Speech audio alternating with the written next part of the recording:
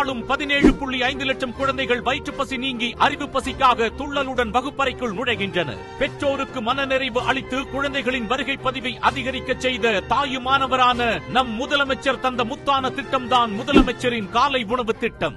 சத்தான காலை உணவு அளித்து குழந்தைகளின் உடல் நலம் மனநலம் இரண்டையும் காத்து வரும் முதலமைச்சரின் காலை உணவு திட்டம் மேலும் விரிவடைகிறது. இத்திட்டம் நகர பகுதிகளில் இயங்கி வரும் அரசு உதவி பெறும் பள்ளிகளில் பயிலும் 3,05,000 குழந்தைகளுக்கும் விரிவாக்கம் செய்யப்பட்டு மாண்புமிகு தமிழ்நாடு முதலமைச்சர் அவர்களால் தொடங்கி வைக்கப்படுகிறது. மாண்புமிகு பஞ்சாப் முதலமைச்சர் பகவத் மான் சிறப்பு விருந்தினராக பங்கேற்று சிறப்பிக்க உள்ளார். நாள் ஆகஸ்ட் 26. இடம் புனித சூசையப்பர் தொடக்கப்பள்ளி, மயிலாப்பூர்.